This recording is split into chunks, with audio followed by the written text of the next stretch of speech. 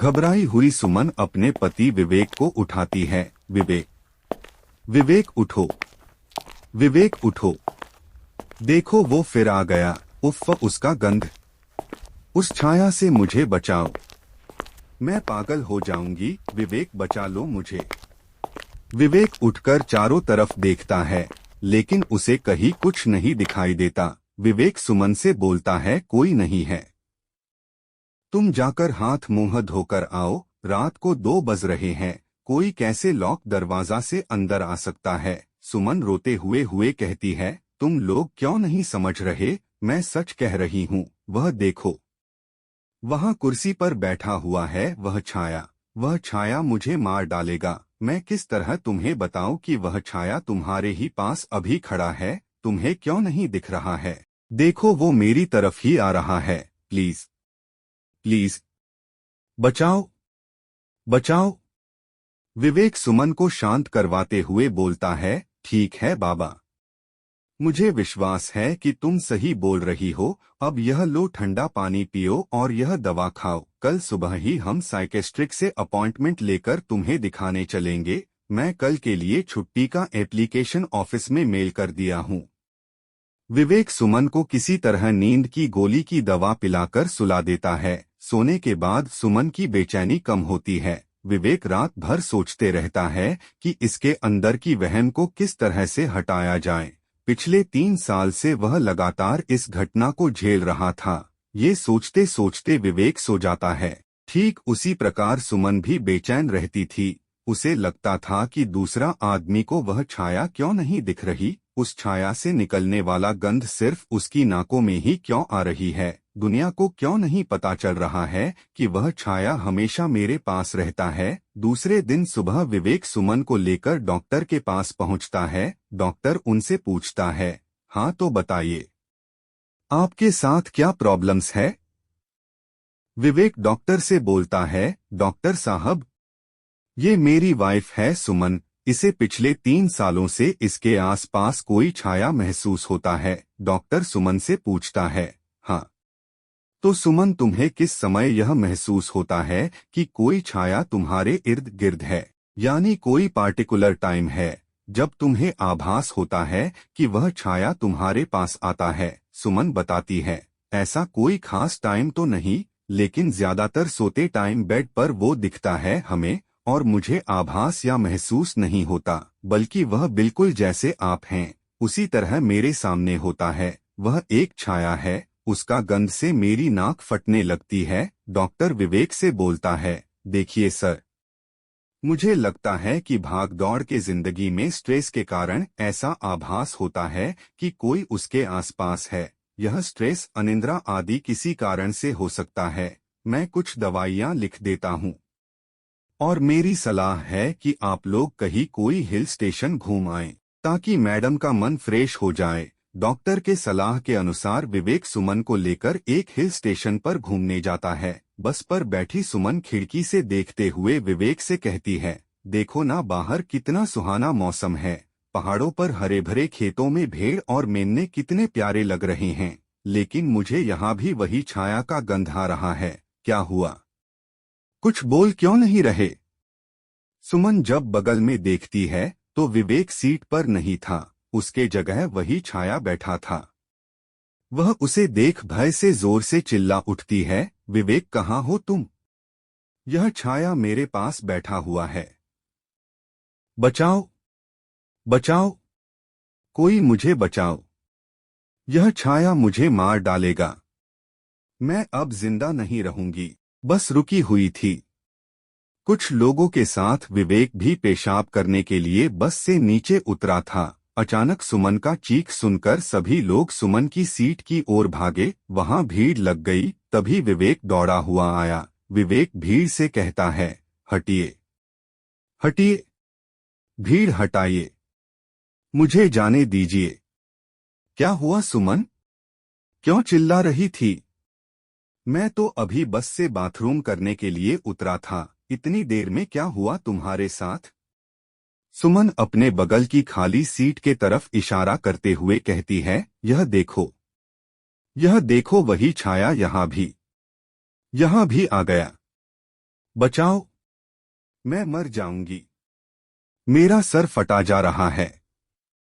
इस छाया को हटाओ। तुम लोग को यह दिख क्यों नहीं रहा है? मैं पागल हो जाऊंगी। प्लीज मुझे बचा लो। विवेक घड़बड़ाते हुए कहता है, मैं देखता हूं। ये लो, पहले यह दवा खा लो। मैं देखता हूं कि कौन छाया है। सुमन कांपते हुए बोलती है, नहीं, मेरा कोई इलाज नहीं हो सकता। मैं बीमार नहीं हूं। मुझे कोई दवा नहीं चाहिए। अगर मेरी मदद करना चाहते हो तो इस छाया को यहाँ से हटा दो। मैं मर जाऊंगी। इसका गंध मेरे नाकों के अंदर जा रहा है। मुझे बर्दाश्त नहीं हो रहा। तभी छाया में मूवमेंट होता है और वह सुमन को स्पर्श करते हुए खिड़की से बाहर चला जाता है।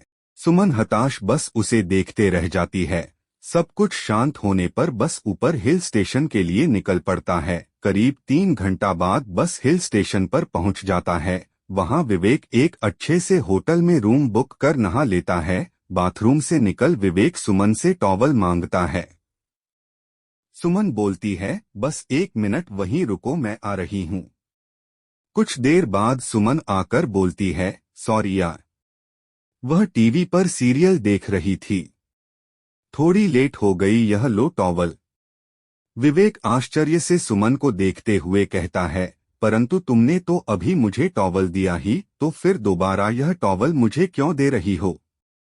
सुमन बोलती है, मैंने तुम्हें टॉवेल कब दिया? मैं तो अभी टीवी पर मेरी फेवरेट सीरियल देख रही थी। विवेक बोलता है, अच्छा जी।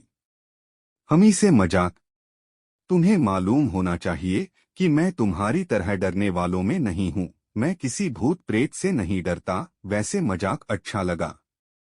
सुमन चौंकते हुए कहती है, मैं कोई मजाक नहीं कर रही। मैं तो अभी सचमुच टीवी सीरियल देख रही थी। और हाँ, मैं खुद डरी हुई और परेशान हूँ।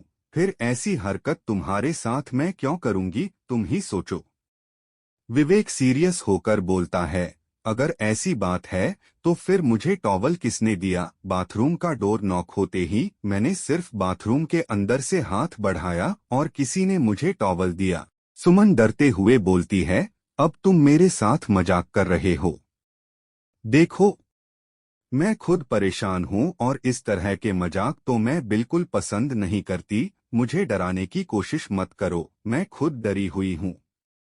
मैं मर जाऊंगी। सुमन को इस कदर डरा हुआ देख विवेक इस बात को और तूल देना मुनासिब नहीं समझा। इसे एक मजाक बताकर टाल दिया, लेकिन अंदर ही अंदर उसे इस बात का खौफ आ गया था कि आखिर वह टॉवल उसे दी किसने।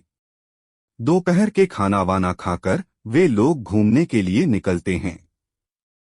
उन्हीं के कमरे के बगल में एक नई शादीशुदा जोड़ा मिस्टर राहुल और मोहिनी रुके हुए थे। वे दोनों भी इन लोगों के साथ घूमने का इच्छा जाहिर किया। फिर दोनों फैमिली पहाड़ों के वादियों में घूमने निकल पड़े। विवेक राहुल से पूछता है, लगता है आप दोनों की नई नई शादी हुई है? राहुल बोलता है, जी, अभी 15 दिन पहले ही हमारी शादी हुई है। हम लोग यहाँ हनीमून मनाने आए हैं। सुमन मोहिनी से कहती है, अच्छा है मोहिनी कि तुम दोनों शादी के तुरंत बाद हनीमून पर निकल गई। हम लोग तो प्लान ही बनाते रह गए। कभी इनके ऑफिस का काम तो कभी हमारी छुट्टी नहीं। फिर जब दोनों का छुट्टी हुआ तो फिर वो उमंग न रहा। मोहिनी बोलती है, हाँ दीदी, यह बात तो सही कह रही हैं। लेकिन हम दोनों शादी के पहले ही प्लान बना लिए थे कि हमें हनीमून पर जाना है। अरे रे रे, ये मेरा दुपट्टा कौन खींच रहा है? तभी सुमन महसूस करते हुए बोलती है, वही गंध, वही छाया। विवेक देखो, तुम नहीं मानते थे ना? वह देखो, मोहिनी का दुपट्टा उस छाया के हाथों में है। कौन हो तुम? हमें क्यों डराने की कोशिश कर रहे हो? प्लीज बताओ, कौन हो तुम? हमें ही सिर्फ तुम क्यों दिखाते हो और किसी को क्यों नहीं दिखते? राहुल बोलता है, भाभी जी, भाभी जी को क्या हो गया? क्यों ऐसा बोल रही है? भैया, इन्हें हुआ क्या? और मोहिनी, तुम्हारा दुपट्टा ऐसे कैसे लहरा रहा है? हवा भी शांत है अभी। सुमन बड़बड़ाती है, आज मैं इस छाया का हकीकत जान के रहूंगी। छोड़ दुपट्टे कामिने, छोड़ इसकी दुपट्टा को छोड़। हमें क्यों तंग कर रहा है, तू है कौन? छाया दुपट्टा छोड़ देता है और हवा में विलीन हो जाता है। राहुल और मोहिनी को कुछ समझ में नहीं आता। सभी घूमना छोड़कर वापस अपने कमरे में आ जाते हैं। रात 8 बजे अचानक बगल के कमरे से मोहिनी के चिल्लाने की आवाज आती है।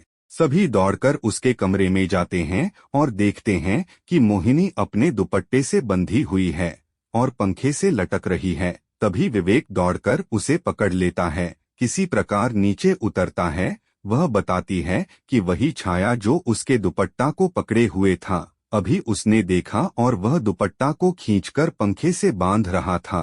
होटल में पता करने पर पता चलता है कि 3-4 वर्ष पहले एक हनीमून करने आए जोड़ा यहाँ रुके थे, जिसमें दुल्हन ने इसी पंखा में फांसी का फंदा लगाकर आत्महत्या कर लिया था। सुमन याद करते हुए बोलती है, अरे हाँ, मेरी शादी के 1 साल पहले मेरी दोस्त प्रिया की शादी हुई थी और वह यही हनीमून मनाने आए थे।